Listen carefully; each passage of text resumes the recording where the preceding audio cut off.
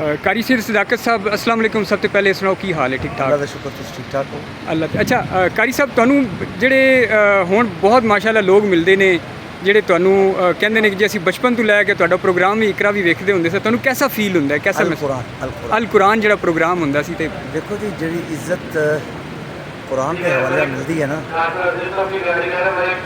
ਉਹ ਇੱਜ਼ਤ ਨਾ ਖਤਮ ਹੋਣ ਵਾਲੀ ਹੈ। ਬਾਕੀ ਇੱਜ਼ਤਾਂ ਜਿਹੜੀਆਂ ਨੇ ਨਾ, ਕਿਸੇ ਨੂੰ ਸਿਆਸਤ ਦੇ ਹਵਾਲੇ ਨਾਲ ਹੈ, ਕਿਸੇ ਨੂੰ ਕਿਸੇ ਹੋਰ ਹਵਾਲੇ ਨਾਲ ਹੈ, ਉਹ ਦੈਟਸ ਆਲ ਜੋ ਹੈ ਉਹ ਟੈਂਪਰੇਰੀ ਹੈ।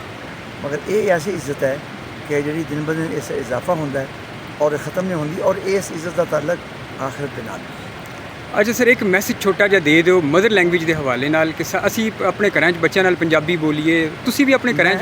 मैं समझना कि जिहड़ी साडी मदर लैंग्वेज है ना पंजाबी, उस पंजाबी नूं जिंदा रखना चाहिए। और इहदे वास्ते बेस्ट तरीका यह है कि तुसी घर विच बच्चों नाल बोलो। मैं पूरी दुनिया ट्रैवल करना और मैं सिख कम्यूनिटी देखना कि उन्हां दा हर बच्चा ज़बरदस्त पंजाबी बोलता है जी, वो कोई तफरीक नहीं।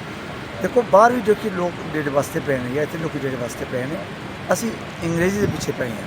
अगर इंग्लिश मीडियम स्कूल बच्चे पढ़ते पे स्कूल के इंग्लिश उन्होंने सीखनी है, मगर अपनी जुबान अगर तुम उन्होंने नहीं बोलोगे तो बच्चे अपनी जुबान भूल जाएंगे, तो फिर ना माँ बाप को मज़ा आएगा, ना नाने नानी को मज़ा आएगा, ना दादी दादी को मज़ा आएगा बच्चे ने गल करने का। इस वास्ते अपनी जुबान जिंदा रखना बहुत। सर सिलेबस में शामिल करने के हवाले नाल कोई मैसेज, क्योंकि गवर्नमेंट ने पिछले दिन अनाउंस किया सी वैसे पंजाब के सिलेबस शामिल होना चाहिए, सिंध में सिंधी शामिल होनी चाहिए, बलोचिस्तान बलोची शामिल होनी चाहिए, और ये बड़ा जरूरी है। सर प्राउड फील करना चाहिए अपने पंजाबी, मतलब पाकिस्तानी होने पर भी और पंजाबी होने पर भी। इस कुछ